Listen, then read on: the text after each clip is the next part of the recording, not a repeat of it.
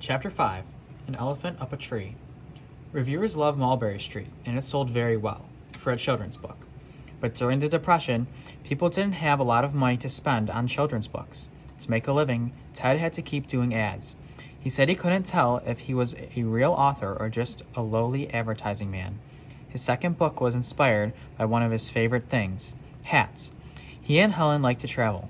Everywhere they went, he would buy hats, maybe a fireman's hat from Peru or a fancy European helmet. Sometimes, when he got stuck while writing, he would put on a hat as a thinking cap. One day, Ted would invent the most famous hat of all and put it on a cat. But for now, he wrote The 500 Hats of Bartholomew Cubans. Ted and Helen had recently learned they could not have children. Later, Ted said he hadn't wanted kids anyway. They made him nervous. "You have 'em, I'll amuse 'em," he would tell people. But his niece believed that, really, he would have loved to have a child. He dealt with the sad news in his own way. He invented a daughter named Chrysanthemum Pearl and dedicated his new book to her. He and Helen sometimes included Chrysanthemum Pearl on their Christmas cards, along with other imaginary children such as Norval, Wickersham, and Thun. With two children's books out, the name Dr. Seuss was becoming well known. Ted had always pronounced his name in the German fashion Seuss, but most of his readers said Seuss. Ted liked that this rhymed with Mother Goose, so he started saying Seuss too. Random House, a much bigger publisher than Vanguard, became interested in Dr. Seuss. The head of Random House, Bennett Cerf, promised to publish anything Ted wrote. How could he resist? He was sad to leave his friends at Vanguard, but he loved Random House. They stayed his publisher for the rest of his life. Over the years, he became close friends with many of the people he worked with there. His first book for them was not what Random House hoped for. The Seven Lady Godivas was for grown-ups and was full of pictures of naked ladies. This was not Ted's strong point, and Bennett Cerf didn't think the book was very good. Still, he kept his promise to let Ted publish whatever he wanted. The book was a complete flop. Ted went back to children's books. One day, around 1939, at least as he told the story, Ted left his window open. The wind blew around some doodles he had left out. When he came back, there was a drawing of an elephant on top of a drawing of a tree. Why would an elephant be in a tree? Was he hatching an egg? Ted named the elephant Horton, but he got stuck trying to figure out what should happen to him.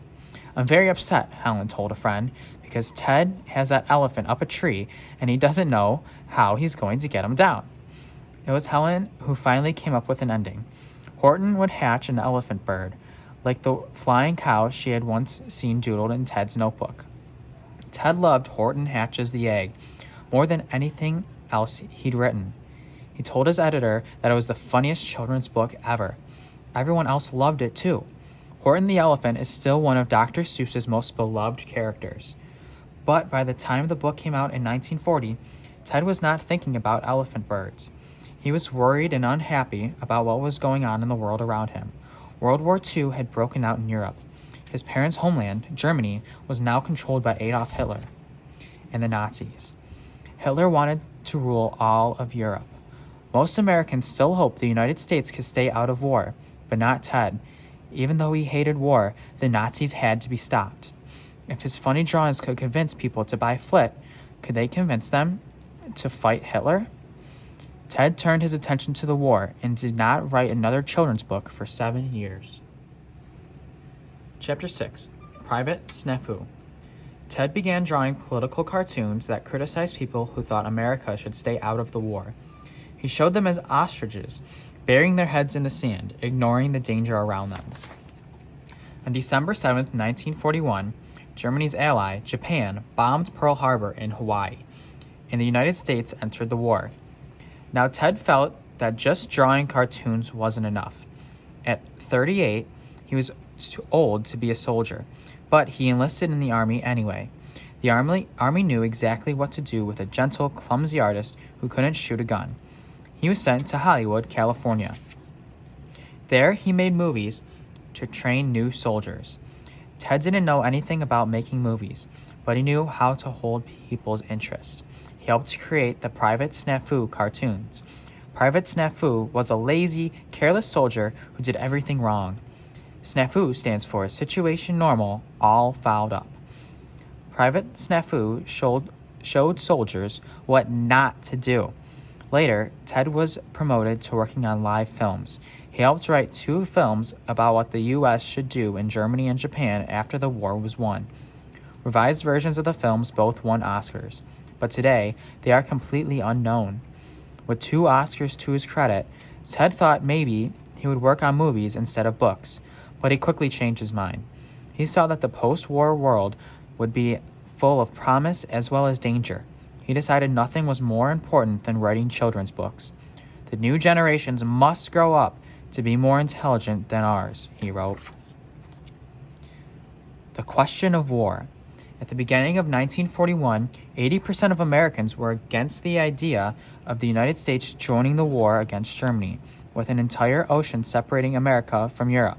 These people, called isolationists, felt that the troubles in Europe were very far away. They believed that the duty of the United States was to protect itself. But Ted did not feel isolated from fighting in Europe. He said, while Paris was being occupied by the clanking tanks of the Nazis, I found I could no longer keep my mind on drawing pictures of Horton the Elephant. In his political cartoons, Ted tried to show how closely the countries of the world were connected to one another. In one drawing, he showed Uncle Sam happily taking a bath. Uncle Sam was thinking, the old family bathtub is plenty safe for me.